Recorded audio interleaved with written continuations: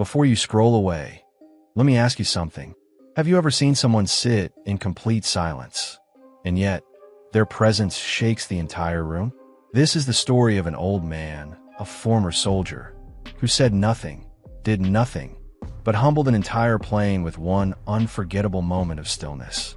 It's a story about dignity, about reconciliation, and about the kind of strength this world forgets too often. If you're here for a story that will touch your soul, stay with us. But first, if you believe in the power of stories to change hearts, to heal, and to remind us of what really matters, please take a moment to like this video, share and subscribe to the channel. It helps us reach more people who need stories like this. And to every single one of you who's liked and subscribed, may you be blessed with good health, peace of mind, and ease in every one of your affairs. May every debt be lifted from your shoulders. May every burden find its solution. If you're sick, may healing find you soon. And may joy return to your home, stronger than before. Your support means more than you know. Now, I'd love to hear from you. After watching, scroll down to the comments and tell me, what part of this story stayed with you the longest? Alright, let's begin. This is Stillness over Boston. The terminal at Logan International Airport buzzed with the soft, chaotic rhythm of early morning departures. People jostled rolling luggage, balanced coffee cups, murmured into cell phones. Businessmen in sharp suits, families with sleepy children, solo travelers clutching books or boarding passes. Among them moved Captain Neil Barrett, tall and composed in his Navy uniform, golden bars gleaming at his shoulders. He walked with purpose, nodding greetings to airport staff who recognized the veteran pilot with quiet respect. Flight 384 to Atlanta was on time, fully booked, and already boarding. At the gate, a brief conversation with the ground crew confirmed the manifest. Then, with practiced calm, Captain Barrett made his way down the jet bridge, stepping onto the aircraft that was to carry over 200 people through the clouds. Inside the cabin, the usual dance was underway. Overhead bins snapped shut, seatbelts clicked. An occasional voice rose above the hum, laughter, confusion, or the firm instruction of a flight attendant trying to keep order. Near the front, in first class, a young woman in a charcoal gray blazer gestured sharply toward a man in a faded bomber jacket seated by the window. "I'm not trying to make a scene," she said, voice clipped but audible. "I just think if someone isn't flying for business or booked for first class, they shouldn't be up here." The man in the window seat, older, with a closely trimmed gray beard and eyes that had clearly seen more than most, said nothing. He didn't look offended. He didn't flinch. He simply sat with his hands folded on his lap, watching the clouds outside, though they hadn't even left the ground. Flight attendant Rachel Monroe approached quickly. She smiled, trying to defuse the tension with her presence. "Is there a problem, ma'am?" The woman, Dana Whitaker, was clearly used to having her complaints addressed promptly. "I'm just saying, if this gentleman was mistakenly upgraded or something, I think it should be double-checked. First class is expensive." Rachel glanced at the older man. He hadn't moved, hadn't reacted, just waited. "Mr. Garrison is on the manifest," Rachel said politely. "He booked his seat, just like you." Dana looked him over again, searching for some crack in the comm. "Fine," she muttered, adjusting her laptop bag and taking her seat in 3B.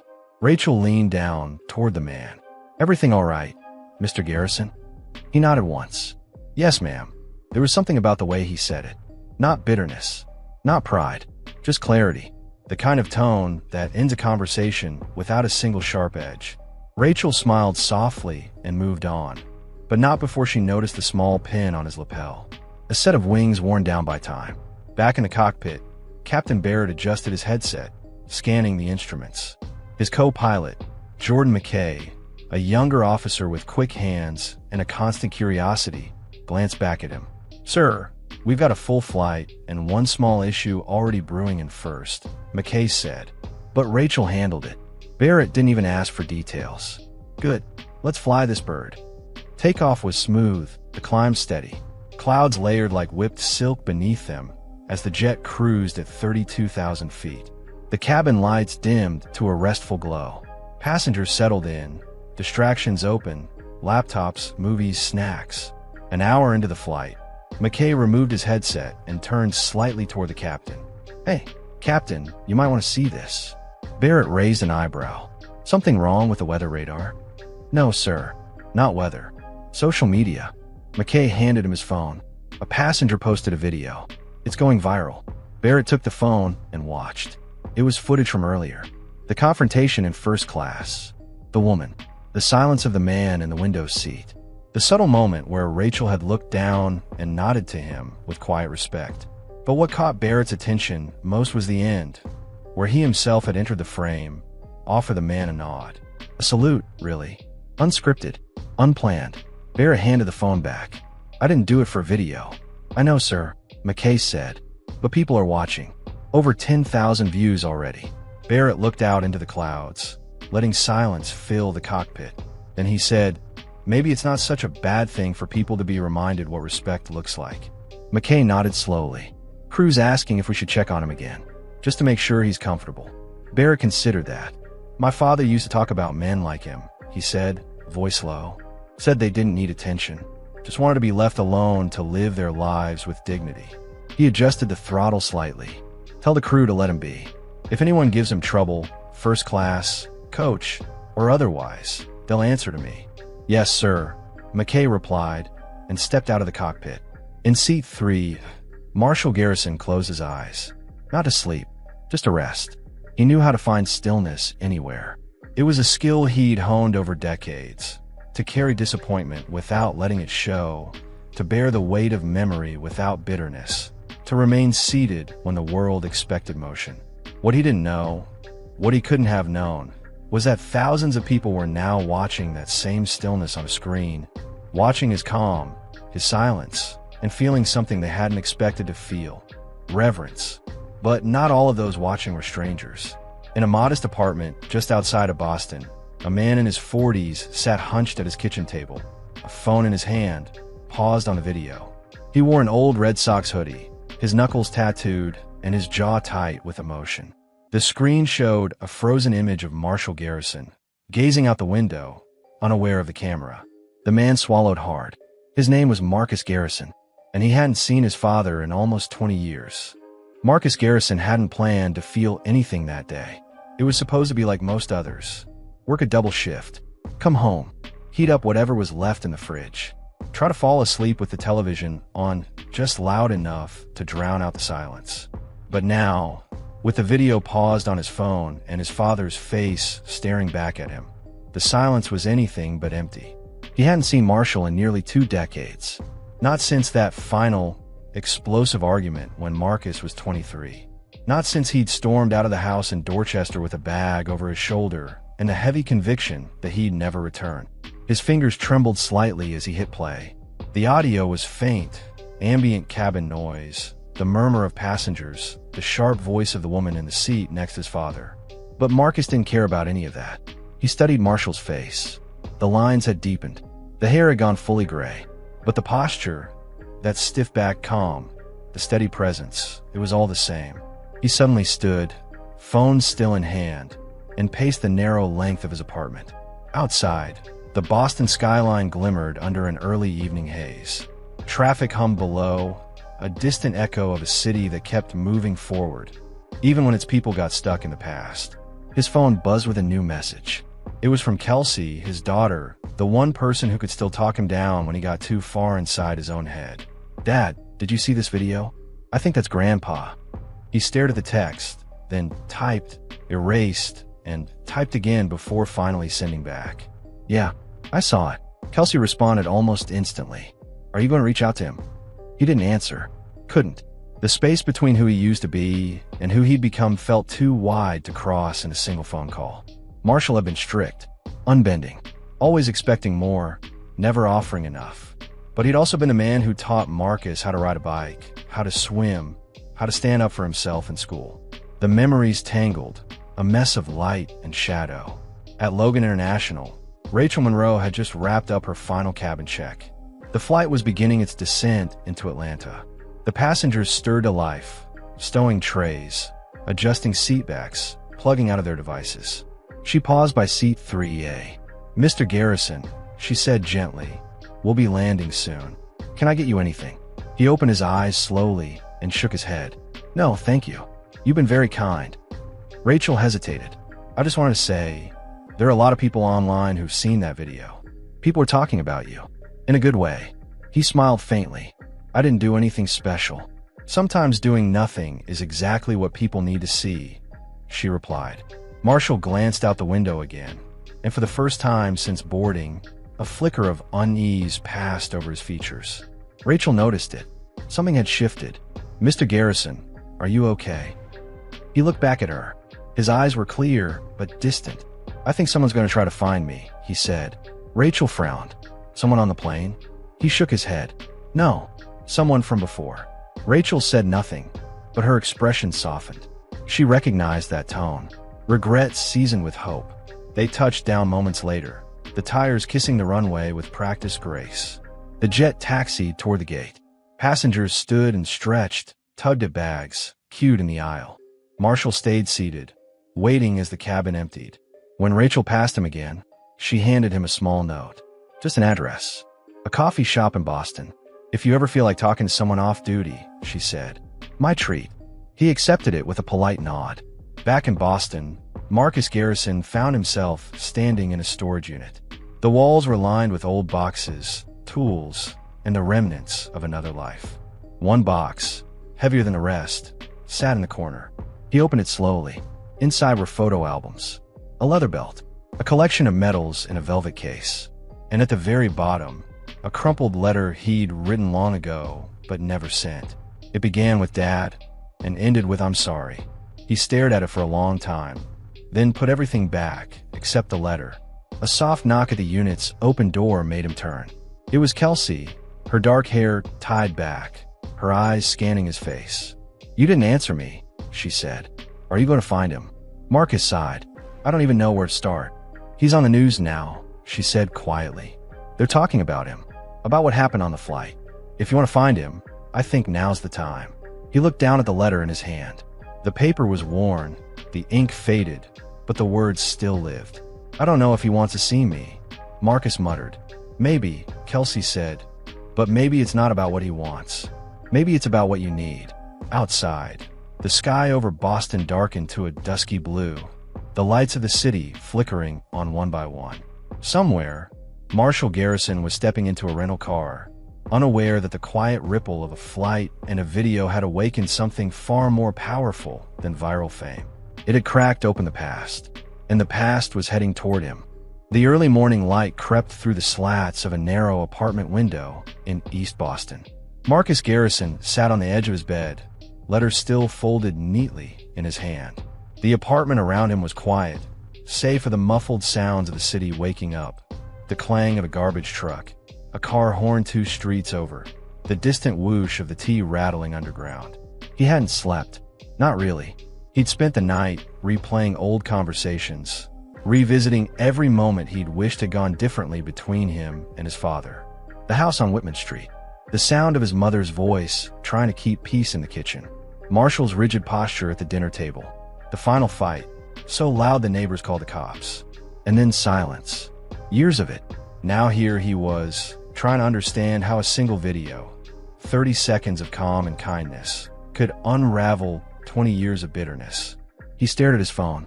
Open browser tabs flashed with headlines. Mystery passenger brings calm during in-flight emergency. Man who comforted passenger identified as retired Army veteran Marshall Garrison.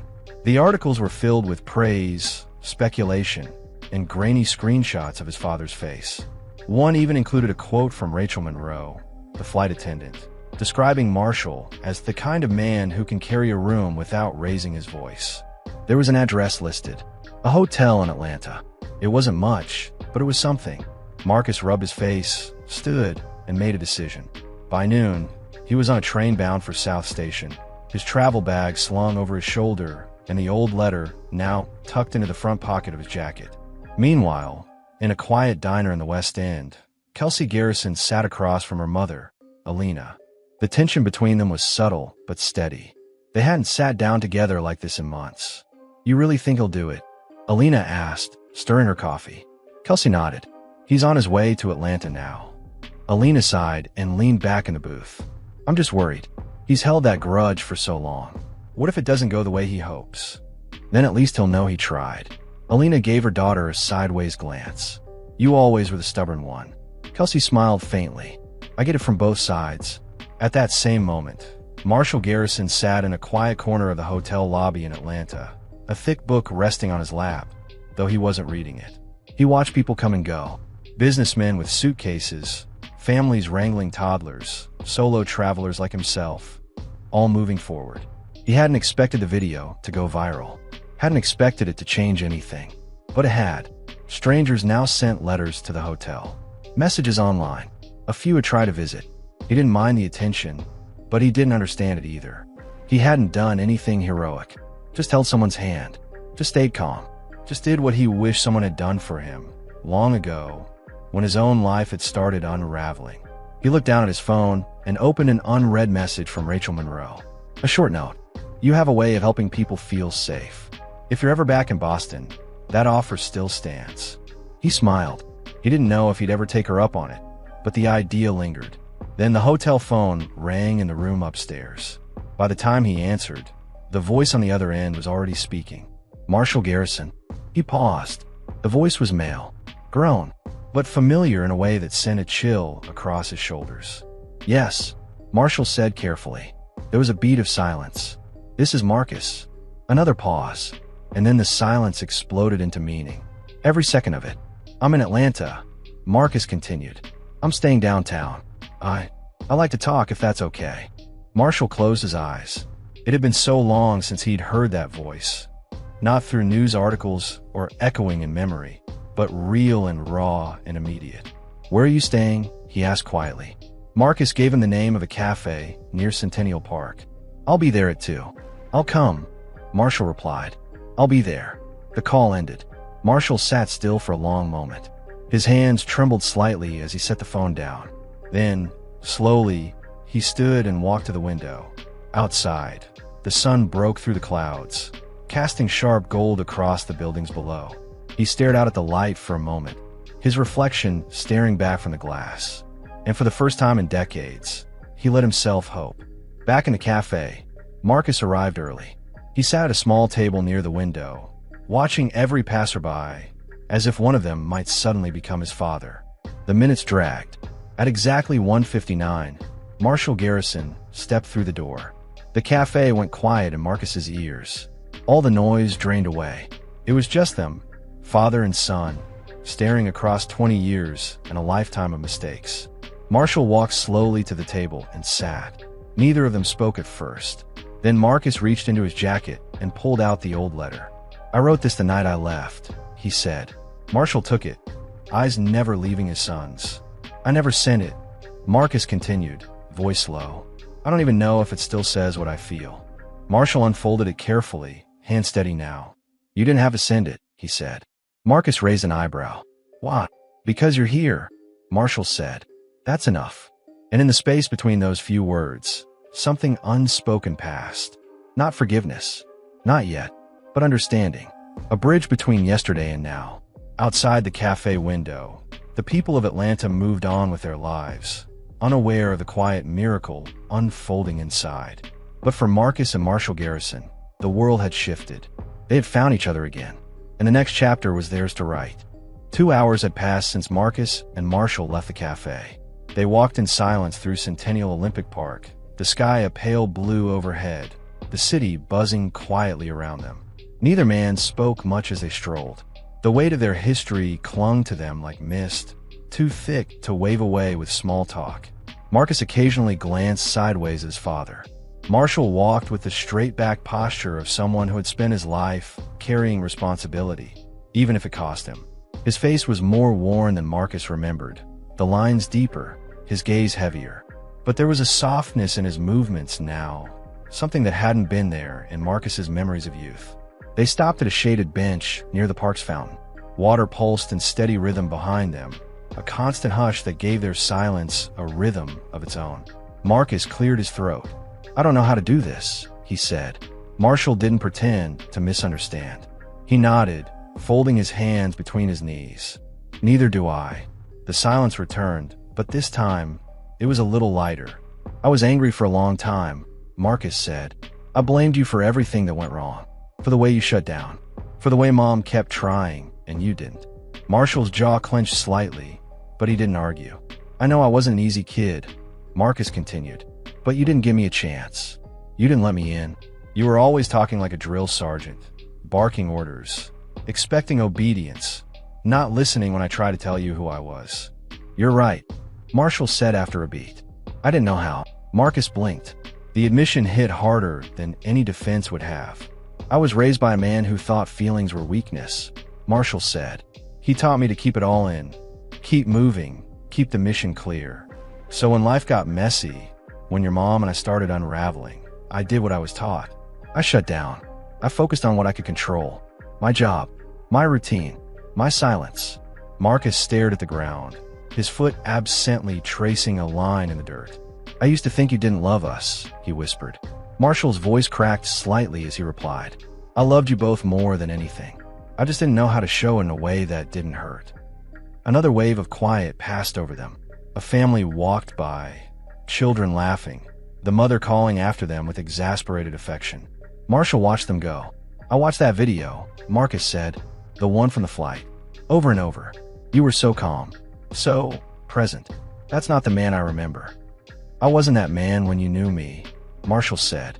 But people change. Pain does that. Loneliness does that. Marcus looked over at his father. What changed you? Marshall thought for a long moment. After your mom passed, the silence got louder. I realized I'd built my life like a bunker. Safe, strong, but empty. And one day, I looked around and realized I didn't want to die with no one left to call. No one left who cared. Marcus felt a tight knot in his chest loosen, just slightly. I should have reached out sooner, Marshall added, voice low. But I didn't think I deserved to. You didn't, Marcus said, but there was no heat in his voice. But maybe that doesn't matter now. Marshall looked at him, hopeful. What does matter?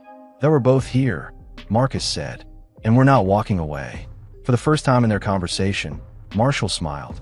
They sat together on the bench a while longer. The afternoon sun dipped lower, the edges of the buildings gilded in gold. The day was aging, but their moment felt suspended, something fragile, just beginning. Then Marshall asked the question that had hovered unspoken between them. What do you want from me now? Marcus turned to look at his father, his voice steady. I don't know. Maybe just a chance to get to know the man you are now. And maybe, if we're lucky, we'll find something worth saving. Marshall nodded slowly. I'd like that. As the city lights began to flicker on around them, Marcus pulled his phone from his pocket. There's a jazz bar I saw near here, he said. Says they've got live music tonight. Marshall raised an eyebrow. Jazz? You used to play Coltrane on Sundays, Marcus replied. A brief laugh escaped Marshall. I did, didn't I? You did, Marcus said, standing. And maybe it's time to start some new Sundays. Marshall followed. Side by side, they walked toward the soft sounds of saxophone drifting through the streets of Atlanta, the ache of the past still there, but quieter. A space for something new was opening between them, and neither was ready to let it close. The jazz bar was tucked into the corner of a narrow street in Boston's South End, framed by red brick and an old green awning that fluttered slightly in the evening breeze. A neon sign hummed gently above the entrance, casting a soft amber glow over the sidewalk.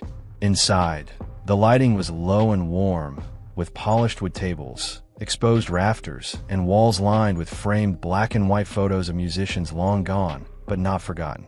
A trio played on a raised stage near the back. Upright bass, brushed drums, and a silver saxophone dancing gently through the air. It was the kind of place where the music didn't shout. It settled around you like a favorite coat, comforting and familiar. Marcus and Marshall found a small table near the wall, half in shadow. They ordered 2 coffees, black, and listened in silence for a few songs. It was the kind of quiet that no longer felt strained, more like sheer breathing. Remember that cassette you had in the old Chevy? Marcus finally asked, leaning back in his seat. A Love Supreme. Marshall nodded, the ghost of a smile pulling at his lips. Played it so much the tape wore thin. I used to think jazz was just noise, Marcus said. But I get it now. It's about what's not said. The space between the notes. Marshall tapped his fingers lightly against the table in rhythm with the bass line. Kinda like people. Marcus tilted his head, thoughtful. Yeah, kind of like people. They listened again, the saxophone sliding up into a high, aching note before falling back into a soft, broken hush. "So what now?" Marshall asked, not as a challenge, but with quiet curiosity. Marcus glanced around the bar. The murmur of conversations, the clink of glasses, the steady beat of lives being lived. He took a sip of his coffee before answering. "I think now we stop pretending we have to solve everything in one night," he said. This is a start." Marshall nodded slowly, looking down at his cup. His voice came low and rough. "I'm scared." Marcus didn't blink. "Of what?" "Of messing it up again. Of getting close just to lose it." Marcus exhaled through his nose. "Yeah, me too." The trio shifted into a new tune, slower now, more introspective. "You know what I regret most?" Marshall asked, not looking at him. "What?" "Not showing up for your graduation. I made excuses. Said I couldn't take leave. But the truth is, I didn't know how to face the look in your eyes if you didn't want me there." Marcus stared at the stage, his expression unreadable. "I waited for you," he said finally. "I kept glancing at the door." Marshall's face tightened. "I'm sorry." "I know," Marcus said, "and I've carried that day for a long time. But you're here now." They sat in that truth for a while. Then Marcus leaned forward, his tone lighter. "You still make those sweet potato pies at Thanksgiving?" Marshall chuckled. "Every year. Still using your grandmother's recipe. Only now, I use real vanilla instead of the cheap stuff. I might need to stop by and see if you're telling the truth. I might hold you to that." The warmth between them wasn't forced. It wasn't perfect, but it was honest. And that, for once, was enough. Near the end of the set, the saxophonist stepped to the mic. "This last one's for the quiet ones. The ones who carry more than they say and say more than we hear. You know who you are." He brought the reed to his lips and blew a note so smooth, it felt like velvet against glass. Marcus closed his eyes. Marshall listened with his whole body. And in that small bar in Boston, beneath the hum of memory and forgiveness, two men who had spent years walking separate paths finally heard the same song. They didn't say much afterward. The night had spoken for them. As they stepped out into the cool air, the street was quiet. The neon lights still hummed. The city's heart beat around them. "Where are you staying?" Marcus asked. "Hotel a few blocks down," Marshall said. "Just for the weekend." "You thinking of staying longer?" Marshall didn't answer right away. "I was thinking of looking for a place." Marcus nodded once. "You let me know if you need help moving boxes." Marshall smiled. "I will." They walked side by side toward the train station, neither rushing. And for the first time in a very long time, neither of them walked alone. It was an unusually warm Saturday for early spring in Boston. The breeze smelled faintly of lilacs and damp earth, and the clouds hung lazily in a sky that seemed to breathe. Franklin Park stretched out across the city's southern edge like a worn patchwork quilt. Woods, paths, playgrounds, and open fields dotted with families, joggers, and old men playing chess on concrete tables. Marcus arrived first. He found the bench he remembered from his childhood, tucked under a broad oak tree, not far from the old stone ruins the neighborhood kids used to call the castle.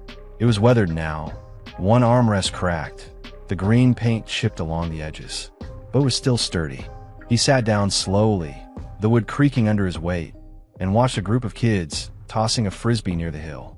A few minutes later, Marshall appeared. He wasn't in uniform today. Instead, he wore a navy jacket, worn jeans, and a Red Sox cap pulled low over his brow.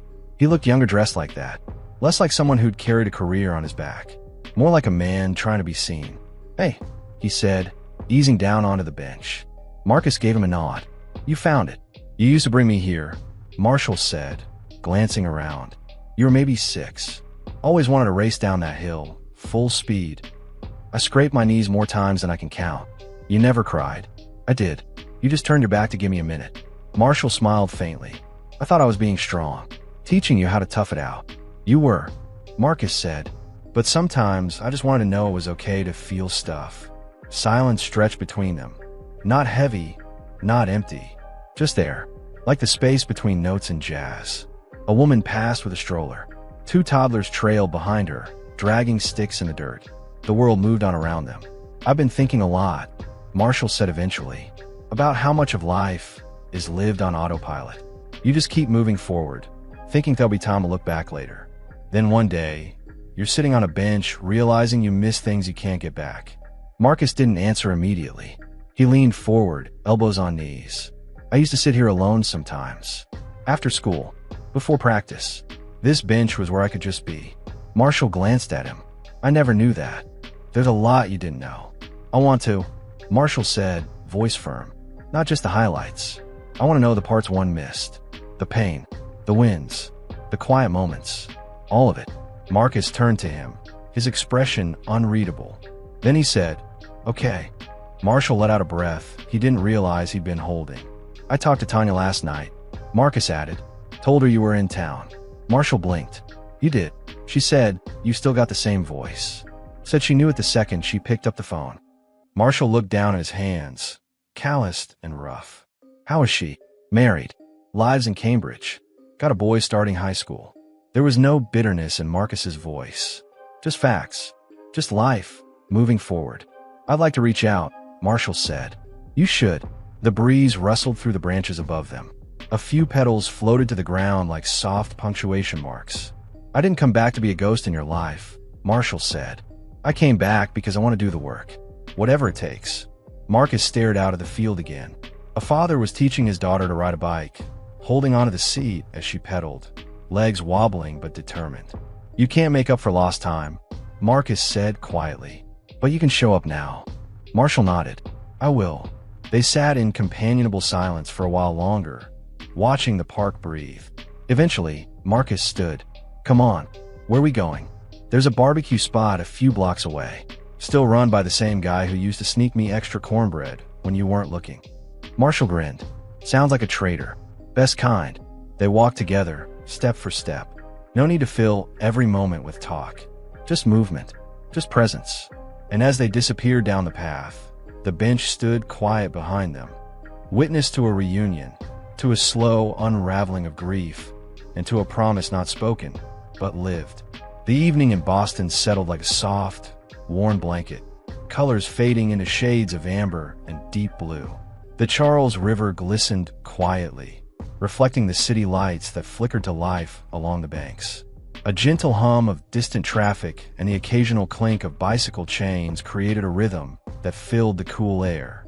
Marshall and Marcus found themselves standing on the pedestrian bridge that arched over the river, the weight of the day pressing softly between them.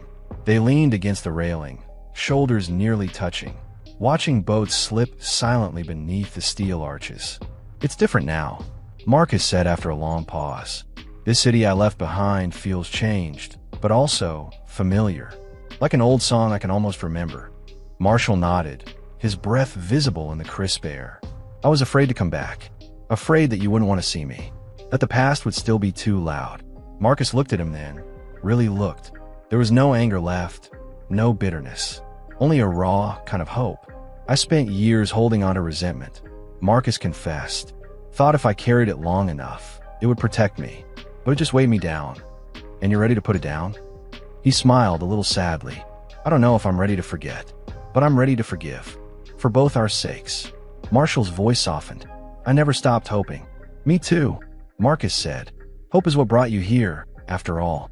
They stood silently for a moment, the cityscape glowing behind them like a constellation of second chances. "Can we try again?" Marshall asked, his tone cautious but earnest. "Not to fix everything at once, but to start somewhere. Together." Marcus took a deep breath, the cold air filling his lungs, steadying his heart. "Yeah, together." The bridge felt less like a divide and more like a pathway, a symbol of crossing from what was to what could be. As the night deepened, they turned away from the river and walked side by side toward the glowing city, ready to rebuild what had once been broken. The end. Here are 7 moral lessons drawn from this story. 1. True strength often looks like stillness. In a world that often mistakes noise for power and action for leadership, the story of Marshall Thomas reminds us that strength can be quiet. It doesn't always march or shout. Sometimes it sits in silence. It holds its head high without demanding attention. Marshall didn't respond with anger or defensiveness when disrespected. He sat still, but his stillness spoke louder than any confrontation could. In that moment, his dignity was not diminished. It was amplified. And in that calm, unshaken presence. Everyone around him remembered what true composure and character looked like. The lesson here is simple but vital. You don't always have to react to be strong. Sometimes, the most powerful message is sent when you refuse to be pulled down by ignorance or disrespect. 2. Respect is earned quietly and recognized honestly. Respect isn't something that can be demanded through status or shouted into existence. It's something that's built over time, through how we carry ourselves, how we treat others, and how we respond when no one is watching. Marshall didn't ask for applause or praise. Yet the genuine salute from Captain Howard, the quiet handshakes, and the tears from a flight attendant who recognized her mistake, those were not moments of flattery. They were moments of truth. People recognize integrity when they see it, especially when it stands tall in the face of adversity. This teaches us that if we live with honor and consistency, we won't have to seek out respect. It will find us. 3. Reconciliation doesn't require perfection, only presence. The reunion between Marshall and his son Marcus wasn't filled with dramatic apologies or perfect explanations. It was human, raw, quiet. Their first words were awkward, even a little defensive. But they were there, in the same place, at the same time. Sometimes, that's all it takes to begin again. Reconciliation isn't about erasing what went wrong. It's about choosing to show up despite it. To say, I'm here. I still care. Let's try. In a time where relationships often crumble over pride, this story reminds us that healing doesn't require a perfect moment. It just requires willingness. 4. Everyone carries a story. Learn before you judge. Dana Carter's journey through the story is one of painful recognition. She saw an elderly man and made a snap judgment. She acted on assumption rather than understanding. But when she witnessed the truth, when she saw Marshall's composure, heard the captain's salute, and felt the quiet shift of the cabin's respect, she began to see her own error. That's the turning point for many of us. The realization that every person we pass has a history, a story we know nothing about. This story reminds us to pause, to withhold judgment, and to remember that real wisdom begins with curiosity and empathy. 5. Forgiveness is a gift we give ourselves. When Marcus stood before his father for the first time in years, he carried more than just the weight of absence. He carried blame, anger, guilt. And yet, in that quiet exchange by the Charles River, forgiveness began. Not because everything was explained, but because the alternative was too heavy to carry any longer. Forgiveness doesn't always mean forgetting. It doesn't even always mean agreeing. It means choosing peace over punishment, choosing to move forward, even if the past can't be undone. And often, the person most liberated by forgiveness is not the one receiving it, but the one giving it. 6. Dignity doesn't depend on circumstance. Marshall didn't fly first class because of wealth. He didn't sit quietly because he was trying to make a point. His dignity wasn't tied to titles, outfits, or acknowledgement. It came from within. It came from knowing who he was, what he had survived, and what he stood for. No matter where he sat, first class or a park bench, his presence carried the same weight. We often tie self-worth to external things, jobs, money, appearances. But this story shows that dignity doesn't need validation. It's something we hold within ourselves, and when we recognize it in others, we're reminded to honor it in ourselves. 7. Change begins when one person chooses to do what's right. Captain Howard didn't have to leave his cockpit. He didn't have to salute, or speak up, or hand over his mentor's pin. But he did, because he understood something deeply important. Small acts of courage ripple outward. One gesture of respect can change the atmosphere of an entire room. One quiet conversation can heal decades of pain. One sincere apology can soften even the hardest edge. This story began with an insult, but ended in unity. All because a few people chose to act with grace and conscience instead of ego or convenience. It's a reminder that even the smallest actions, when rooted in what's right, can shift the world around us. Disclaimer: the story presented in this video is a work of fiction. Any names, characters, places, or events are entirely the product of the author's imagination or used in a fictional manner. Any resemblance to real persons, living or deceased, or actual events is purely coincidental. This video is created solely for educational and inspirational purposes, intended to share moral values, motivation, and life lessons that encourage reflection and growth. Viewer discretion is advised. Interpretations and takeaways may vary based on individual perspective. Thank you for watching, and may you find meaning and insight through the power of storytelling. And that was Stillness Over Boston, a story about respect earned, not demanded, about grace and silence, about the quiet power of simply staying seated when the world expects you to move. If this story touched your heart, reminded you of someone you know, or stirred something in your soul, thank you for staying with us until the very end. Your time is precious, and we're honored that you chose to spend it here. If you haven't already, please take a second to like this video, share and subscribe to our channel. We share stories like this, ones that heal, inspire, and awaken what really matters. And to all of you who've liked, shared, subscribed, or commented below, may your heart find peace, your health stay strong, your burdens grow lighter, and your days be filled with quiet victories. May every door that's meant for you open without resistance. Let this story be a reminder that sometimes strength is found not in the loudest voices, but in the stillest presence. If you enjoyed this story, I invite you to check out the other videos on our channel. There's more waiting for you, more stories to hold close, and more moments worth remembering. Until next time, stay kind, stay grounded, and stay true.